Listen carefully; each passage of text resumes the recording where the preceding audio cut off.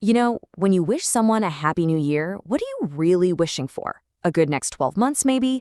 Health? Happiness? Well, for the ancient Egyptians, the answer was so much bigger.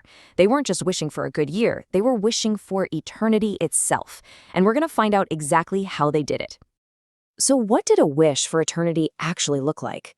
I mean, we're not talking about a greeting card or some text message that you forget about 2 seconds later. Nope. This was a physical gift, something you could actually hold in your hand. And it carried a message that was designed to last forever. Yeah, you heard that right. It was basically a puzzle, a rebus, where every single image, even the shape of the object itself, was a piece of a powerful coded message. And this message wasn't just for the next 365 days, it was for all of time. Okay, so our investigation starts with this incredible artifact, a New Year's flask from the 7th century BCE. It's made of faience, which is this really cool ancient glazed ceramic. And while, yeah, it's beautiful, its real genius is hiding in plain sight. So, let's put on our investigator hats for a minute. This flask is our evidence, and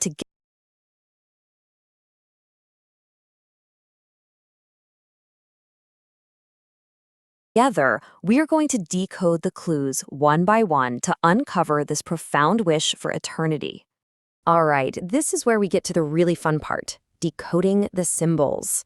We're going to zoom right in on the different parts of this flask because you have to understand, in ancient Egypt, decoration was never just decoration. Every single little detail had a job to do. Just look at how all these symbols work together. First, you've got the baboons, who they believed would screech and celebrate the sunrise every morning. The neck of the flask, that's a papyrus stem, which instantly makes you think of the Nile marshes, the absolute cradle of life. Then you have this necklace of lotus petals, a flower that opens and closes with the sun, representing daily rebirth.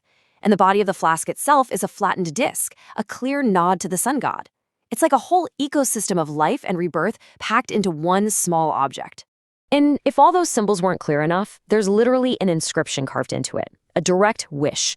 It asks Amun, the top sun god, for a good year, and then it asks Hathor, the goddess of joy, to be pleased and grant life. But there's one single word in this wish that changes everything. And that one word? Well, that's where this whole thing transforms from a simple greeting into this profound statement about time, existence, and everything in between. Okay, so the magic word here is Chchattet. Now, it's often translated as just pacified, but that doesn't even come close. Chchattet describes that perfect, peaceful, deeply satisfied state that the Egyptians hoped for in the afterlife. So this one word transforms the wish from, hey, have a good year, into a powerful prayer for an eternal state of perfect peace. And this makes total sense when you realize what the new year actually meant in Egypt. For us, it's January 1st. It's just a date on the calendar, right? For them, it was a real, physical, life-giving event, the annual flooding of the Nile, which usually kicked off around July 19th. It wasn't just a new year, it was the rebirth of their entire world. I mean, their entire year was built around the river's rhythm. First came Akhet, the flood, which brought all that rich, fertile soil. Then came Perit, the emergence, when the waters pulled back and they could plant everything. And finally Shamu, the harvest, the dry season. The new year was the kickoff to this whole life-sustaining cycle, which directly connects the wish on our flask to the very idea of survival.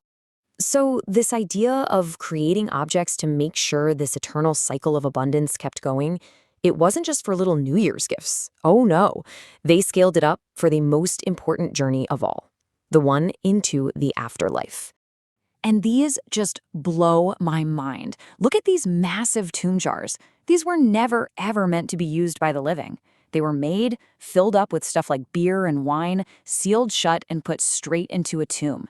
And the decorations are the exact same themes we saw in the little flask. Lotus petals, scenes from the Nile, but now the wish isn't for one good year. It's for millions of years of eternal food and drink. And get this wasn't some new fad they came up with. This symbolic language was thousands of years old. We're talking water, boats, and sun symbols on pottery from before the pharaohs were even a thing.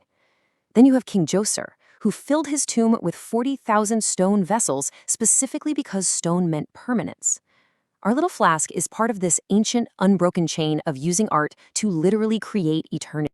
So, what happens when this ancient tradition of symbolic, functional art gets taken to its absolute peak of craftsmanship and elegance?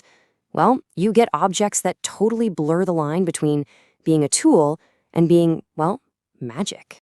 Okay, take these for example. For a long, long time, they were just called cosmetic spoons. That name was actually given to them by Jean-Francois Champollion, the guy who deciphered hieroglyphs. And the name suggests they were just simple, everyday items for makeup. But were they really? Well, it turns out probably not. Scholars now believe their purpose was way more sacred. I mean, these weren't found in some noblewoman's makeup box. They were found in tombs and temples. We've got chemical analysis and rare inscriptions that suggest they held precious incense, like myrrh, which was burned in rituals for the gods and the dead. They weren't for vanity, they were for worship. And the absolute masterpiece of this entire tradition, the one object that brings everything we've talked about together in one perfect little package, is this piece from the 15th century BCE. I mean, just look at it. It's a sculpture in miniature. A girl, carved from bone, is swimming forward, and her wig is made of this precious imported ebony wood. She's holding out a bowl shaped like a lotus flower. There it is again, that symbol of daily rebirth. All our themes are right here. Water, life, offerings, rebirth, all done with a level of artistry that is just breathtaking. And this beautiful little object, it perfectly captures a core Egyptian ideal, nefer. It's a word that means beautiful, good, and complete, all at the same time. It describes the perfect state of the world right at the moment of creation. And it was this divine perfection that every single Egyptian artist was trying to capture in their work. So here's the bottom line, the thing you absolutely have to remember.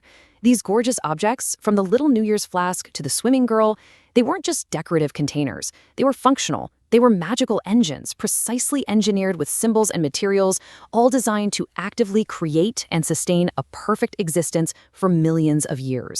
Which, leaves us with one last thought. The ancient Egyptians poured their highest artistry and their deepest beliefs into making things that would work forever, to guarantee a perfect eternity. It really makes you wonder, what are the timeless ideas we're building into our world today?